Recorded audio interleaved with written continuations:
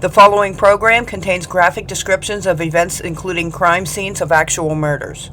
Parental discretion is advised.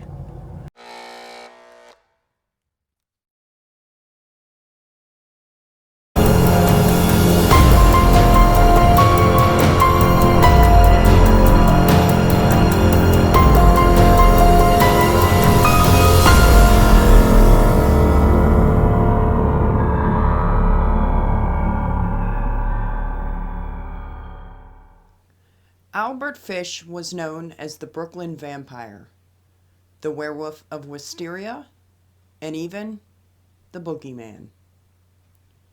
He claimed to have had around 100 victims. That number has never been verified. It could be less, or it could be more. He was, however, a suspect in at least 5 murders. He only confessed to 3 of them. Those 3 were confirmed by authorities.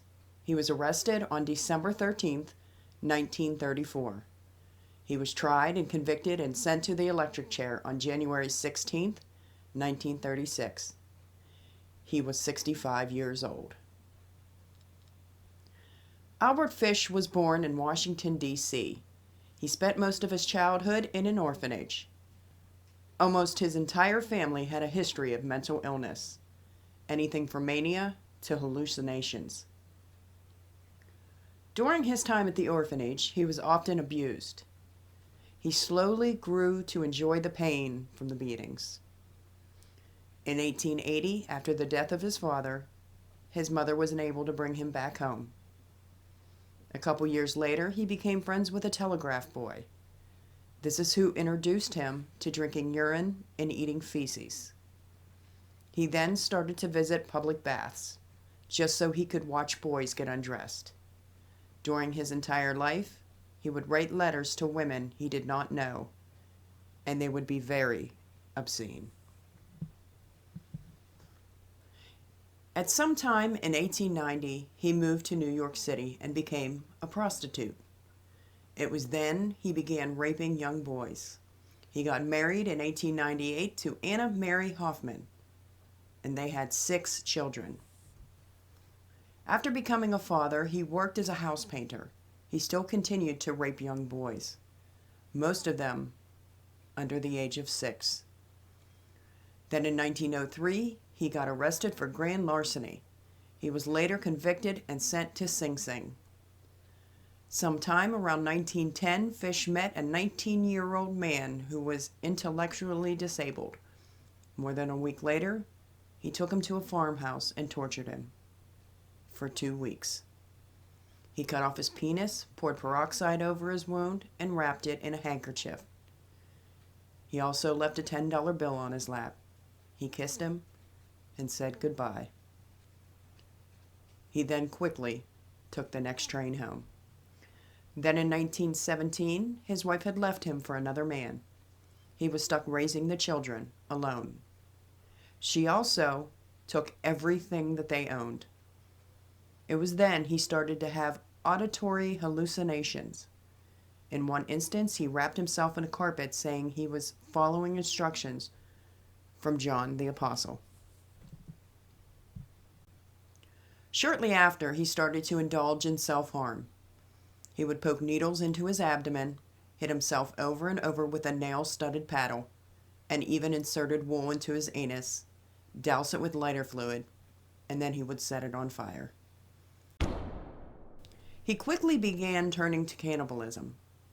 He started by eating raw meat. Sometime around 1919, in Georgetown, Washington, D.C., he stabbed a disabled boy. His victims were usually mentally handicapped or African American. He would torture and mutilate young children with either a meat cleaver or a handsaw. In 1924, he started to suffer from psychosis. He said that God told him to torture little boys. Fish married again in February of 1930 to Estella Wilcox. They were divorced just 1 week later. The sending of obscene notes to women caught up with him. He was sent to Bellevue Psychiatric Hospital. In 1928, Fish responded to a classified ad in the New York World of a young man looking for a job. He listed his name and address. He arrived in Manhattan pretending to hire him for a job. After a few days, the young man took the job. Fish returned to his house and saw his sister, Grace. Grace Budd was 10 years old. He told Grace's brother that he will be there the next day because he had to go to his niece's birthday party. He also talked Grace's father into letting Grace go with him. She was never seen again. The search for Grace Budd went cold for 6 years. Then Grace's mother received this letter.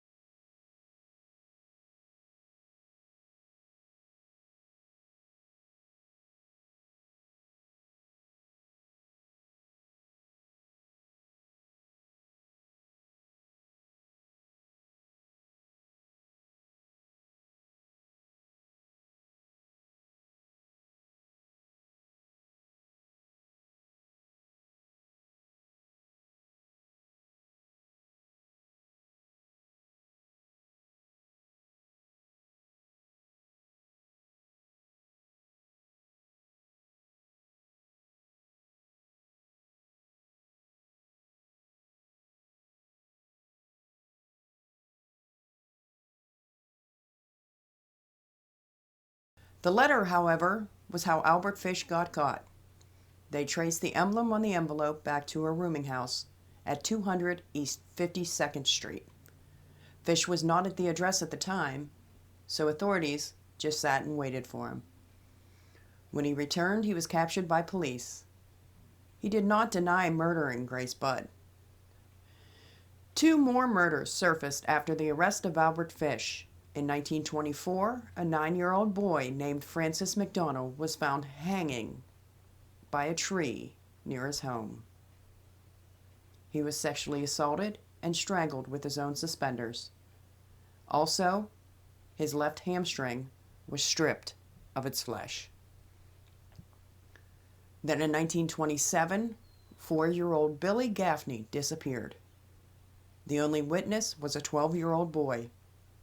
When asked by authorities what had happened to Billy, the boy simply said, "The boogeyman took him." In a letter to his attorney, Fish explained exactly what happened. During his trial in 1935, Fish pled insanity. He blamed it all on God, saying he spoke to him and God instructed him to kill children. Psychiatrists testified that he had many sexual abnormalities. He believed that him sacrificing children were penance for his own sins, and cannibalism was his communion. From then on, he was labeled insane. No one in the jury thought Fish wasn't insane, but they found him sane so they could execute him. He was executed January 16th, 1936. Immediately after, Fish's lawyer revealed that Fish had written his final letter just hours before his death. When reporters and others asked to see it, the lawyer said he will not show it to anyone. He was quoted as saying, "It was the most obscene thing I've ever read." It was also noted that Fish's final words were, "I don't even know why I'm here."